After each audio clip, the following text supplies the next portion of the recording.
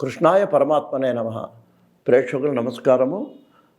ద్వితీయ అధ్యాయంలోనే మరో ముఖ్యమైనటువంటి శ్లోకం అండి ఇది. అసలు అర్జునుడికి కాదండి, మనందరికీ ఎంతో బాధపడే మనందరికీ కూడా ఈ ప్రపంచంలో ఉపయోగపడేటువంటి శ్లోకం. దీన్ని అర్థం చేసుకుంటే, ఈ ఒక్క శ్లోకం అర్థం చేసుకుంటే భగవద్గీత మొత్తం అర్థమైనట్టేనండి. చాలా ముఖ్యమైన శ్లోకం ఇది.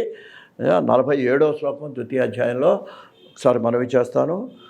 కర్మణ్యేవాధికారస్తే మా ఫలేషు కదాచన మా కర్మ ఫలహేతుర్భూ మాతే సంగోస్తు అకర్మణి. 4 లైన్లు చిన్న శ్లోకం అండి, అర్జునుడితో చెబుతున్నాడు. సరే, మనకు కూడా ఎలా వర్తిస్తుందో మీకు మనవి చేస్తాను. ఇవాళ చాలామంది మనం ఉంటామండి, పాపం చిన్నప్పటి నుంచినండి పిల్లలకి చదువు చెప్పించేటప్పుడు పాపం వీడు ఆ కూల్ డ్రింక్ తాగితే ఆ రూపాయి ఎక్కడ ఖర్చు అవుతుందో అని అప్పట్లో ఎంత అండి, ఓ 10 పైసలు పావలా ఉండేది మా చిన్నప్పుడు సోడా. ఆ సోడా తాగి అలా జీవితాన్ని గడిపి ఆ రూపాయి పొదుపు చెప్పి ఆ పిల్లవాడికి చదువు చెప్పించి వాడు ఇంజనీరింగ్ చేసి వాడు డాక్టర్ని చేసి వాడు ఏదో ఉద్ధరిస్తాడని చేస్తే, సరే కొంతమంది అదృష్టవంతులు వాళ్ళు ఇతర దేశాలకు కూడా పెడతారు.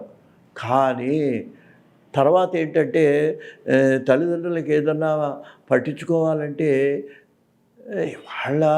వాళ్ళకి వాళ్ళ స్టేటస్ వాళ్ళ దాంట్లో వాళ్ళు పంపించవచ్చు, పంపించకపోవచ్చు. వీళ్ళేమో ఏమి ఆధారం లేదనుకోండి, ఇతరత్ర ఆస్తుపాస్తులు లేవనుకోండి, పాప అన్నింటిలో వార్ధక్యం వచ్చేటికి అనారోగ్యాలు వస్తాయి. అసలు మందులకే దంపతులు ఉన్నారంటే వాళ్ళకి 2,000 3,000 మినిమం ఎంత లేదన్నా ఈ షుగరు బీపీ అందరికీ వాళ్ళు వస్తున్నది. అటువంటి స్థితిలో కొంతమంది పాపం మగవాళ్ళు పాపం బయటపడరు, కానీ ఆడవాళ్ళు బయటపడతారండి. ఇరుగు చూడండి, మా వాడికి మా ఆయన ఎంత కష్టపడి మేము పంపాం, ఇవాళ కనీసం వాడు పట్టించుకోవటం లేదు మమ్మల్ని అని కొంచెం బాధపడుతుంటారండి. ఏదో వృద్ధాప్యం వచ్చినప్పుడు వాళ్ళకి ఉపదేశించే శ్లోకం ఇదండి. ఏమిటి చెప్తున్నాడు భగవంతుడు అంటే, కర్మణ్యేవాధికారస్తే మా ఫలేషు కదాచన. నాయన తల్లిదండ్రులారా, మీకు కర్మ చేయటం వరకు. అసలు ఇంకొకడు ఉన్నాడు, పిల్లలు తెలివిగలవాళ్ళు, వాళ్ళు అంతా ఖర్చు పెట్టిన తర్వాత మనం ఏదైనా అంటే వాడు ఏమంటాడో తెలుసా అండి. కొంతమంది లోకంలో నువ్వేనా గొప్ప, అందరూ పిల్లలకు చదివించుంటే నువ్వు చదివించవచ్చు, నీ బాధ్యత, నా చేత అయితే చూస్తాను లేకపోతే లేదు. తిరగబడే పిల్లలు కూడా ఉన్నారు ఇవాళ ఈ రోజుల్లో. నువ్వేమో గొప్ప చేసావా నాకు అని అడిగేవాళ్ళు కూడా ఉన్నారండి. తల్లిదండ్రుల స్థితి, వాళ్ళ బాధలు వాళ్ళకి అక్కర్లే. అందుకని మనమే ముందు ఒక మాట అనుకోవాలంటే భగవాన్ చెబుతున్నాడు. ఏమని చెబుతున్నాడంటే, నాయనా నువ్వు పని చేసేటప్పుడే మా ఫలేషు, అసలు ఫలితం ఆశించకుండా పనిచేసి, ఫలితం ఆశించకుండా నీ కర్మ నువ్వు చేసినట్లయితే అప్పుడు ఏమవుతుంది, అప్పుడు మా కర్మ ఫలహేతుర్భూ, ఆ ఫలితం నేను వాళ్ళ కోసం చేశాను అసలు నువ్వు మనసులో పెట్టుకోకు, అప్పుడు నీకు బాధ ఉండదు. ఎంత చిట్కాను చూడండి. అంటే మనం పిల్లలు పెంచేటప్పుడు చేసేటప్పుడు కూడా ఇది నా ధర్మము అని చేసావనుకో, అప్పుడు వాళ్ళు 10 రూపాయలు ఇస్తే నువ్వు సంతోషపడతావు, 100 రూపాయలు సంతోషపడతావు. అసలు ఏమి ఇవ్వలేదనుకో, నా డ్యూటీ నేను చేశాను, నాకు లేదు, ఏమో భగవంతుడు ఇట్లా నాకు చేశాడు, ఏం చేస్తాను అనుభవించడమే అని ఎవరిని నిందించకుండా స్థితి కావాలంటే దీనికే భగవద్గీతలో ఒక పేరు పెట్టారు, నిష్కామ కర్మయోగం అన్నారండి.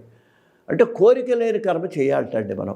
అంటే చేసేటప్పుడు ఈ పిల్లలకి నేను చేస్తున్నాను కాబట్టి వాళ్ళు పెద్ద అయిన తర్వాత నన్ను పోషిస్తారా కాబట్టి అని అనుకోకూడదు, నేను వాళ్ళని చూడాలి కాబట్టి చేశారా అనుకోవాలటండి. ఇంకో ఉదాహరణ, విద్యార్థులకు కూడా చూడండి.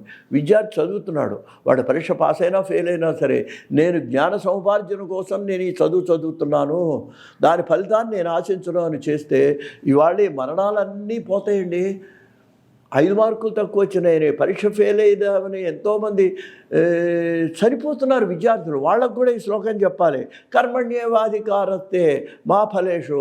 నాయనా నువ్వు చదువుకున్నావు, అలాగే ఉద్యోగం వస్తుంది, ఈ చదివిన వెంటనే రాలేదని ఏదో ఆత్మహత్యకు ప్రయత్నం చేస్తే, మా తల్లిదండ్రులు ఎంతో పెట్టారు నాకు. ఇటు 2 వర్గాలు ఉన్నాయి. విద్యార్థులు కూడా ఈ శ్లోకాన్ని అర్థం చేసుకోవాలి. ఏమిటి, నిష్కామ కర్మ. నువ్వు దాన్ని ఆచరించేటప్పుడు ఫలితాన్ని లేకుండా నువ్వు కర్మ చేయి, అప్పుడు ఫలితం వచ్చినా సంతోషమే ఆ స్థితికి మన మనస్సును తీసుకోవాలి అని అర్జునుడికి చెప్తున్నాడు. అర్జున, నువ్వు కూడా యుద్ధం చేయి, యుద్ధంలో ఫలితాన్ని ఆశించొద్దు, జయం రాని అపజయం రాని, కానీ పని మాత్రం మారొద్దు. మనం కూడా అంతే. అంతగానం మెట్ట వేదాంతం వచ్చి ఈ భార్య పిల్లలు నాకెందుకు వైరాగ్యం వచ్చిందని వదిలేసి పారిపోకూడదు. నీ కర్మ నువ్వు చేయాలి. కానీ అదేనండి మనకు ప్రాచీన ఒక్క విషయం మీకు నేను మనవి చేస్తాను. చిన్నప్పుడు పల్లెటూరు వాళ్ళు చదువులేని వాళ్ళు, కానీ వాళ్ళు ఏం చేసేవాళ్ళు, ఏదైనా దానం చేసేటప్పుడు కృష్ణార్పణం అనేవాళ్ళండి. కృష్ణార్పణం అంటే అర్థం దానం ఏంటి, ఇది భగవంతుడికి ఇస్తున్నాను అనేటువంటి బుద్ధితో, భగవదర్పణ బుద్ధి. అది భగవద్గీత చెబుతున్నది మనకు. ఏమండి, అందువలన ఈ కర్మకు నేను ఇవ్వటం లేదు అని అనుకోవాలి నువ్వు. అప్పుడు ఏమవుతుంది, నీకు పుణ్యం వస్తుంది కూడా, పాపం కాదు పుణ్యం వస్తుంది. రెండవది ఏంటంటే, ఈ కర్మ నేను చేస్తున్నాను అనుకోలేదు కాబట్టి నీకు బాధ ఉండదు.